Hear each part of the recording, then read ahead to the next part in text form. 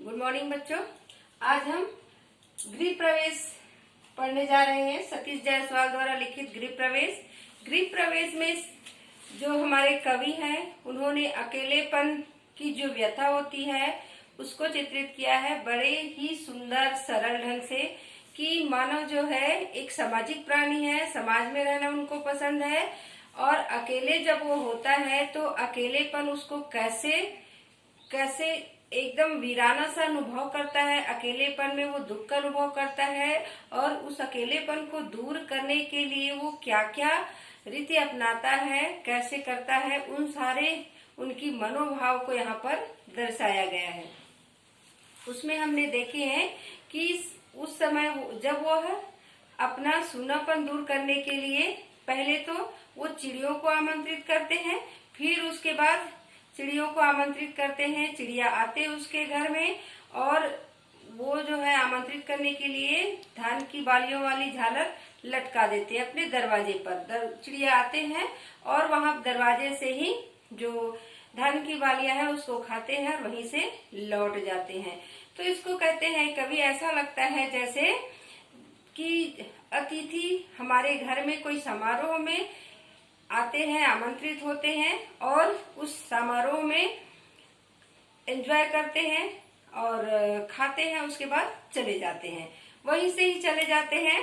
तो हमारा घर वैसे की वैसा सूनापन हो जाता है।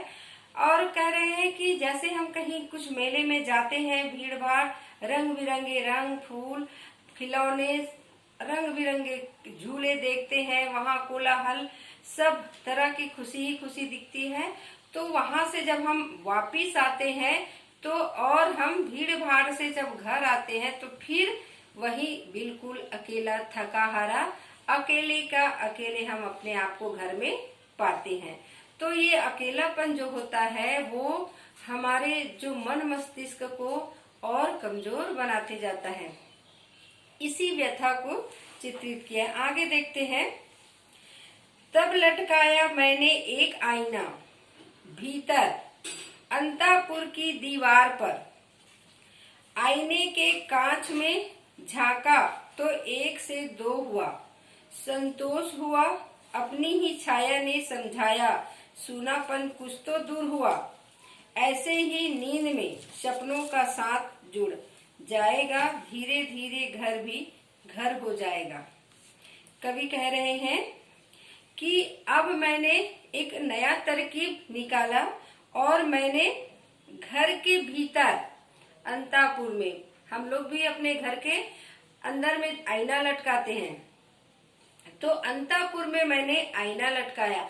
आईना लटका के देखा, अपनी प्रतिछवि उसमें देखा तो अपना ही प्रतिबिंब देखकर मुझे ऐसा लगा कि मैं अकेले था। प्रतिबिंब में और एक दिख गया तो एक से भले दो दिखाई देने लग गया। मुझे देखने से ऐसा अनुभव होने लगा कि कुछ मेरा अकेलापन थोड़ा सा दूर हो गया, क्योंकि मैं एक से दो दिख रहा हूँ। मुझे थोड़ा सा अकेलेपन में कमी आया। इसी को कह रहे हैं कि मैंने जो आईना लगाया था उसको देखते ही मुझे ऐसा अनुभव होने लगा है कि मेरा थोड़ा सा अकेलापन जो है दूर हो गया, क्योंकि मैंने अपने ही प्रतिबिंब उसमें देख लिया, अपने ही परछाई उसमें देखा। आईने के कांच में झांका तो एक से दो हुआ, मुझे लगा कि दो हैं, कुछ मेरा सूनापन उसमें शांत हुआ, संतोष हुआ। अपनी ही छाया ने समझाया, सूनापन कुछ तो दूर हुआ। ऐसे ही नींद में सपनों का साथ जुड़ जाएगा, धीरे धीरे घर भी घर हो जाएगा। ऐसे ही नींद में भी मुझे सपनों का साथ मिल जाएगा। नींद, जब मुझे नींद आएगी, सपने आएंगे सुंदर सुंदर, तो सपने में भी मुझे एक दूसरे का साथ नजर आएगा और फिर साथ में ऐसा लगेगा कि कुछ कोई तो है। ऐसे में तो दिन भर अकेलेपन रहता है, सपने में तो कोई ना कोई साथ रहेगा। मतलब वो अनुभव कर रहे हैं, अपने ही प्रतिबिंब को देख रहे हैं, अनुभव कर रहे हैं कि एक से भले दो तो है, दो ही दिखाई दे रहे हैं। तो कह रहे हैं सपना ही सही, मुझे अनुभव तो हो रहा है ज्यादा का, अकेलेपन कुछ तो दूर हो रहा है। सपने में आवाज दे रही थी चिड़िया, जगा रही थी सुबह सवेरे आईने पर खटखट जैसे खटखटा रही थी घर का दरवाजा। सपने में ही उसको ऐसा लग रहा था जैसे सपने में ही चिड़ियों ने उसको आवाज दी हो। बोल रहे हैं, जगा रहे हैं, सुबह ही उनको जगा रहे हैं। हम जब उठे नहीं रहे थे, चिड़िया भी अपना समय जान जाते हैं। कोलाहल जैसे ही होता है कोलाहल की आवाज में चिड़िया अपने अपने खाने की तलाश में इधर उधर जाते हैं। तो वो भी आके आईना में, जैसे ही आईना अगर रख दी जाए और यहीं पर चिड़िया अगर आ जाए तो वो आईने में अपना ही छवि देखकर जो चिड़िया जो होते हैं वो खटखट उसको चोंच मारने लगती है।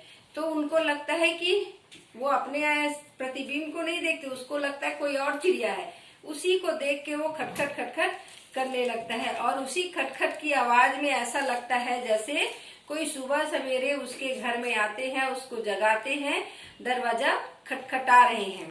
तो नींद से उसको जगा रहे हैं सवेरे सवेरे, ऐसा अनुभव कर रहे हैं कवि। लगता है मानो उसको कोई सवेरे सवेरे आकर दरवाजा खटखटा कर उठा रहे हैं। किसी अतिथि की तरह बाहर से नहीं लौटी इस बार चिड़िया। इस बार जो चिड़िया है, अतिथि आते हैं बाहर से ही लौट जाते हैं, वैसे ही नहीं लगा, क्योंकि वो अंदर की तरफ आते हैं, अंदर खटखटाते हैं, चोंच मारते हैं, उस आईना से खेलते हैं। उसको अपना ही प्रतिबिंब कोई दूसरा दिखाई देता है और दूसरी चिड़िया है, ऐसे करके वो उसको चोंच मारते, उसमें खेलते हैं, आवाज करते हैं, चींची की आवाज आती है, कोलाहल भरी होती है। तो वो घर के अंदर होती है तो ऐसा लगता है घर में रौनकता है, घर में आवाज गूंज रही है। तो आवाज से लगता है सूनापन दूर हो गया है, घर में कोलाहल है, तो घर का जो वातावरण है अधिक अच्छा लगने लगता है। वो बाहर से ही नहीं जाते हैं, घर के अंदर वो आते हैं तो लगता है कि घर में प्रवेश किए हैं, तो कोलाहल हो रही है। अंतःपुर। अब अंतःपुर में चिड़िया कांच के आईने में अपने को निहारती, श्रृंगार करती और एक घर सजाती। घर धीरे धीरे घर बन रहा था। कह रहे हैं कि अंतःपुर, अंदर आकर वो जो चिड़िया है कांच के आईने में अपने को निहारती, श्रृंगार करती और घर सजाती। रोज रोज उनका आना हो रहा है, रोज रोज आते हैं, उस आईने में अपने प्रतिबिंब को देखते हैं। कह रहे हैं कि वो चिड़िया उस प्रतिबिंब में देखकर अपने आप को संवारती है, सजाती है और उस घर को घर बना रही है। धीरे धीरे वो घर को घर बनाते जा रही है, मतलब सूनापन था, वीराना था, उसको घर जैसे वो सजा रही है। बार बार किसी के आने से वहां पर कोलाहल हो रहा है। कोलाहल होने से उनकी जो एक कान वो दूर हो गया है, कोलाहल हो रहा है। तो वो क्या कर रहे हैं कि धीरे धीरे उसकी आने से घर में रौनकता आ गई है, तो घर घर जैसे लगने लगा है।